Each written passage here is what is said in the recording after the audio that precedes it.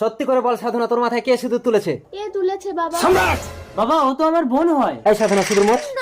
বাবা এইভাবে সিঁদুর মুছতে হবে না, তুমি ওই ছেলেটাকে ডিলিট করে দাও, তাহলে এই সিঁদুর একা একাই মুছে যাবে। ঠিক বলেছিস সম্রাট। এই ওই ছেলেটার নাম কি বল? জানি না। জানি না? এ আবার কেমন নাম? সম্রাট, তুই একে লক্ষ্য রাখ, আমি ওই ছেলেটাকে ডিলিট করে আসি। ঠিক আছে। তুমি ছাড়া আমার কেউ নেই, তুমি আমাকে কোনোদিন ভুলে যাবে না তো সাগর? কখনো না, কিন্তু আমি যদি মরে যাই? ভালো লাগে না, সবসময় খারাপ খারাপ কথা বলে আমাকে রাগিয়ে দেয়। পিঙ্কি, এই মেয়ে দাঁড়াও, ওই ছেলেটার নাম কি রে? জানি না। তাহলে তুই জানি না?